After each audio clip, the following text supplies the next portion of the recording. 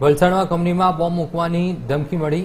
મુરાઈ ઔદ્યોગિક વિસ્તારમાં કંપનીમાં બોમ્બ મૂકવાની ધમકી મળી। આલોક કંપનીમાં બોમ્બ મુકાયાના મેસેજથી દોડધામ મચી। વલસાડ પોલીસ કંટ્રોલને વોટ્સએપ પર મેસેજ મળ્યો હતો। પોલીસ જિલ્લાનો કાફલો કંપની પર પહોંચ્યો। પોલીસે કંપનીમાં સઘન તપાસ હાથ ધરી। બોમ્બનો મેસેજ માત્ર અફવા સાબિત થયો। ખોટા મેસેજ કરનારની ધરપકડ કરવા વાપી ટાઉન પોલીસે તપાસ શરૂ કરી છે।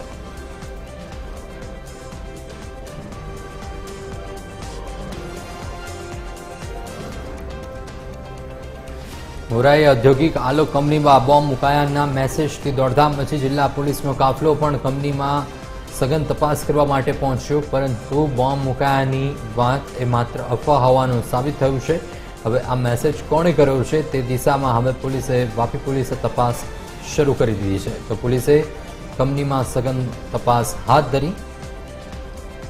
તો ખોટો મેસેજ કરનારની ધરપકડ કરવા માટે વાપી ટાઉન પોલીસે તપાસ શરૂ કરી છે। આજ અંગે વધુ વિગત સાથે સંવાદદાતા રીતેશ અમારી સાથે જોડાઈ ચૂક્યા છે। રીતેશ, શું વધુ વિગત પ્રાપ્ત થઈ રહી છે? જે આલોક કંપનીની અંદર બોમ્બ મુકાયાના મેસેજ મળ્યા હતા વોટ્સએપને લઈને, પોલીસની શું પ્રતિક્રિયા આ મુદ્દે? જી બિલકુલ પાર્થ, વલસાડ જિલ્લાના ઔદ્યોગિક વિસ્તાર એવા આવેલી એક આલોક નામની કંપનીમાં વહેલી સવારે બોમ્બ મુકાયો હોવાના જે મેસેજ છે તે ફરતા થયા હતા અને આ અંગે વલસાડ જિલ્લા કંટ્રોલ પર પણ બોમ્બ મુકાયો હોવાનો મેસેજ આવતા જ વલસાડ જિલ્લાની પોલીસ દોડતી રહી હતી। સમગ્ર મામલાને ગંભીરતાથી લઈને વલસાડ જિલ્લા પોલીસના ઉચ્ચ અધિકારીઓ કંપની પર પહોંચ્યા હતા અને કંપનીમાં જે કામ કરતા કામદારો છે તેમને તાત્કાલિક ત્યાંથી કાઢવામાં આવ્યું હતું અને સઘન જે કંપની પરિસર છે તેમાં સઘન તપાસ હાથ ધરવામાં આવી હતી। આખરે જોકે આ જે બોમ્બ મૂકવામાં આવ્યો હોય તે માત્ર અફવા હોવાથી પોલીસે પણ હાશકારો અનુભવ્યો હતો। સાથે જ કામદારોએ પણ જે ઘટના છે તેમાં કોઈ પ્રકારનો બોમ્બ ન મળી આવતો તેમને પણ હાશકારો અનુભવ્યો છે।